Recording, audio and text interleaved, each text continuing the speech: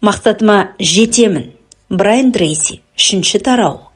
Алдыңызға нақты мақсаттар қойыңыз.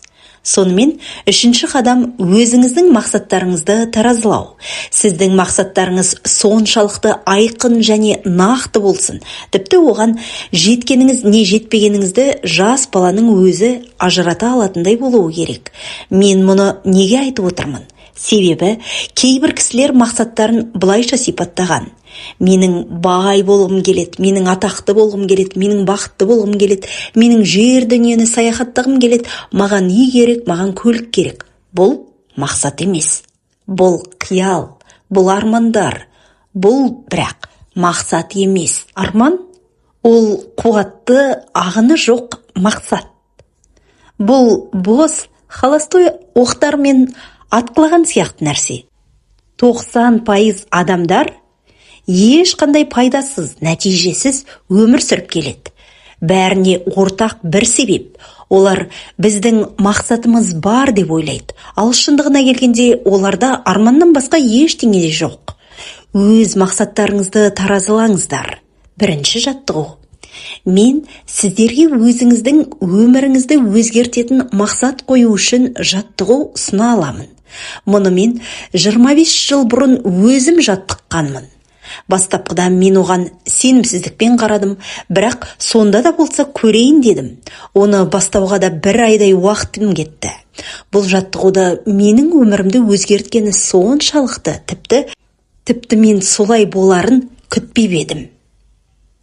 Осы жаттығуды мен ұсынған адамдардың барлығы да, шынында да, бұл күшті әдіс, оның соңынан өміріңізде өзгеріс болады деп келіскендерін талай мәрте білдірген. Сонымен ол жаттығу мынау: қолыңызға таза қағаз алыңыз. Ең жоғарғы жағына сіз мақсат деген сөз және бүгінгі күнгі датаны көрсетіңіз. Одан кейін жақын жылдардың ішінде жеткіңіз келетін кем дегенде 10 мақсатты тізіп шығыңыз. Мақсаттарды 3 шартты ескере отырып жазу қажет. 1-ші шарт: сіз оларды дәл қазір орындағандай осы шақпен жазасыз.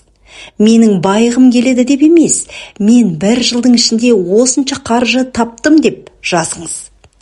Мен көп ақша табамын дегеннің орнына, мен айына бірнеше мың доллар тауып жүрмін деп қойыңыз. Мен темекіні тастаймын деп емес, мен темекі тартпаймын деп жазыңыз. Басқаша айтқанда, сіз мақсаттарды олар жүзеге асқандай етіп жазыңыз. Мысалға, мен жақсы көретін адамыммен бірге өмір сүріп жатырмын, біздің қарым-қатынасымыз осындай, ойдағыдай, мен бақыттымын деген сияқты. 2-ші шартқа ауысайық. Сіз мақсаттарыңызды нақтырақ жазуыңыз қажет. Сіз мен көлік сатып алдым деп жазбайсыз. Мен жаңа модельді BMW-ның 6-шы топтамасын сатып алдым деп жазасыз. Мен арықтадым деп емес, менің салмағым мұнша келі деп жазуыңыз керек. Мен байдым дегеннің орнына, мен осынша мың немесе миллион долларым бар деп жазған дұрысырақ болады. Сонымен 3-ші шарт: дербес мақсат құрыңыз.